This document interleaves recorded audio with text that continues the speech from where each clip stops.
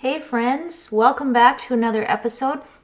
Today we are diving into a topic that I think many of you will resonate with, especially if you've ever felt like you're the one keeping the peace in the room. We're talking about living and leading as an Enneagram Type 9, also known as the Adaptive Peacemaker. I'm coming back to the Enneagram and starting with Type 9 because that's me. If you remember from our previous series, 9 is one of the types in the gut triad. I mentioned that I thought I would land on one of the types in the heart triad, but the more I learn about Type 9 and the gut triad of the Enneagram, it makes complete sense to me now that every Enneagram inventory that I have taken thus far has me as an Enneagram Type 9. Now, before we dive into the heart of this, let's briefly revisit the Enneagram itself. Unlike any other personality framework, the Enneagram goes deeper than just telling you what you do. It shines a light on the why. It's not trying to box you in or change who you are. Instead, it helps reveal your core motivations, your strengths, and even those areas that might trip you up. It's really a holistic perspective that helps you grow both personally and professionally by illuminating patterns that help you understand what serves you well and what might be holding you back. And once you're aware of that, you can move toward a higher, more authentic expression of yourself. Welcome to the Grace-Filled Leader Podcast. Do you want better work-life balance? Do you get stuck in patterns of perfectionism and people-pleasing? Have you always been an overachiever but never really felt good enough, no matter how much outward success you achieve? Do you want more time for the things that matter most? Well, you are in the right place. Here on the Grace-Filled Leader Podcast, we focus on spirit-driven success and share the secrets to having better work-life balance as a busy woman in leadership.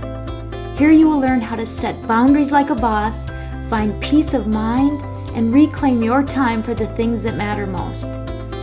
Hi, I'm Tanya, a wife, mom, leader, and certified Christian life coach. For most of my life, I tried to find worthiness through achievement. I spent decades people-pleasing and pouring myself into my work. I was looking for my value through the approval of others.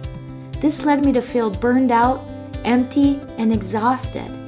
I had no time or energy for myself or my family. I realized that I was wasting time and energy looking for validation in all the wrong places. But my life changed when I finally surrendered and God showed me a different way. It is my mission to help you start living the abundant life God has for you. If you're ready to become fueled by grace and find freedom from people-pleasing, if you're ready to multiply your time and impact as a Christian woman in leadership, this podcast is for you. Roll up your sleeves, sister friends. It's time to get after it. Now, let's talk about the evolution of an Enneagram 9 and how they grow into the peacemakers we know ourselves to be. It's so funny because one of the first words that comes to mind always when someone asks me what I want most, words like peace, harmony, and serenity always come to mind first. That's always been the case even before I began to study the Enneagram. It is clearly no coincidence now as I better understand myself as an Enneagram Type 9. At their core, 9s have a deep longing for inner and outer peace. From a young age, we are often highly sensitive to the tension and the conflict around us. Maybe we've grown up in environments where conflict was constant, or perhaps we just feel or felt overwhelmed by the emotional intensity of other people. Because of this, many 9s begin to develop a survival strategy early on.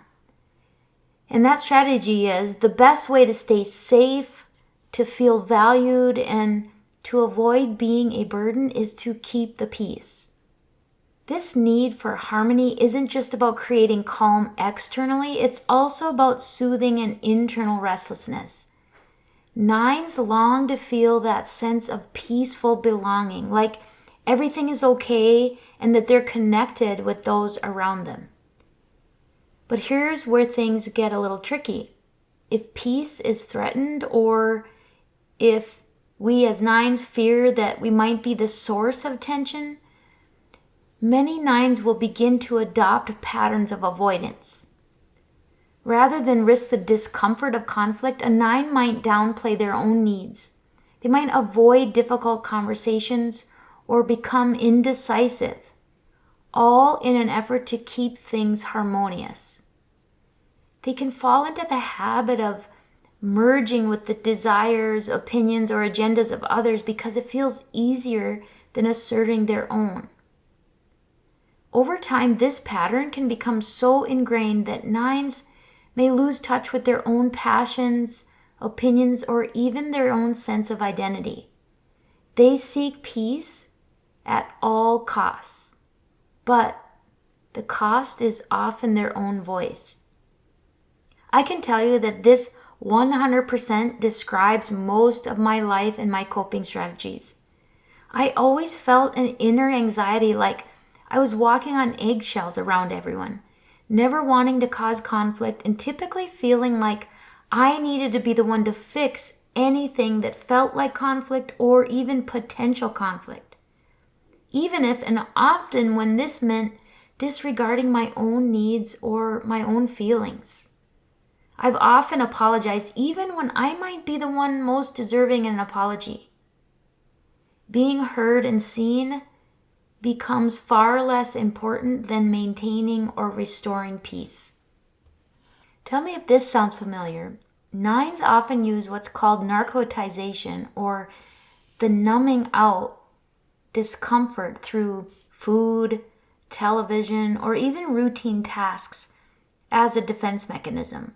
I've got a hand, at least one, in the air right now because I definitely have found myself in that boat. Now, let's talk about how some of this plays out in leadership. In leadership roles, the tendencies of a type 9 can lead to a reluctance to step into the spotlight or make tough decisions.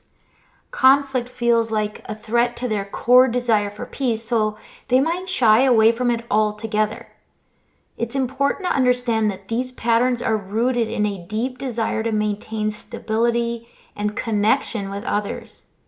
But they can also hold back a 9 from stepping fully into their own power as a leader. However, with awareness, which often comes in studying the Enneagram, can come growth. I've experienced this myself. As a 9 begins to recognize these patterns, they can start to embrace conflict as a necessary part of life and leadership. Understanding that true peace doesn't mean avoiding discomfort, but rather working through it to achieve something deeper and more authentic. If you're a 9, you have a gift for seeing all sides of a situation. You naturally tune into harmony and balance, and that makes you a calming presence. People often feel safe around you because they know you aren't looking to stir up conflict. You are a stabilizer, someone who can diffuse tension and make everyone feel heard. In leadership, that makes you an incredibly adaptive leader. You're not rigid or fixed in your approach. You're open to ideas, to feedback, and to collaboration. Your superpower as a 9 is your ability to create environments where people feel at peace. And in a world where things often feel very chaotic, that is no small thing. So take credit, my friends. However, like with any strength, there is a flip side. This same desire for peace and avoiding conflict can sometimes lead to what I call the shadow side of a type 9. You might find yourself going along to get along, avoiding the hard conversations that leadership often requires. In trying to keep the peace, you may hesitate to assert yourself, which can lead to decisions being delayed or even worse, not made at all. Another potential blind spot for 9s is the tendency to merge with others' opinions or desires, which can cause you to lose sight of your own needs, your own values, or even your own vision as a leader. It is so easy to get focused on creating harmony that you forget your voice in the process. And let's be honest, sometimes true leadership means making tough calls that aren't popular, but they are necessary. So let's talk about how do you lead well as an Enneagram 9? Well, first, recognize that peace doesn't always mean the absence of conflict. Sometimes it means navigating through conflict to get to a more meaningful resolution. Lean into your ability to listen, but also practice speaking up. Remember, your perspective is valuable. It is okay to be the voice that steers the ship rather than always being the one that smooths the waters. Second, be intentional about making decisions. As a 9, you may struggle with indecisiveness because you're trying to consider everyone's feelings. But in leadership, making clear decisions, even if they're difficult, builds trust with your team. They know where you stand, and that gives them confidence, even when the decision is sometimes difficult for them. And finally, surround yourself with people who will help you stay grounded. Since 9s can sometimes struggle with inertia or feeling disconnected from their own desires, having a trusted circle who can help you stay focused on what you want as a leader will be key. So for my 9s out there, know that your ability to create peace and harmony is a rare gift, especially in leadership. Your challenge is to balance that strength with the courage to face conflict when necessary, and to lead with both grace and assertiveness. You were made to bring balance and stability into the lives of others, but don't forget to bring it into your own life and leadership too.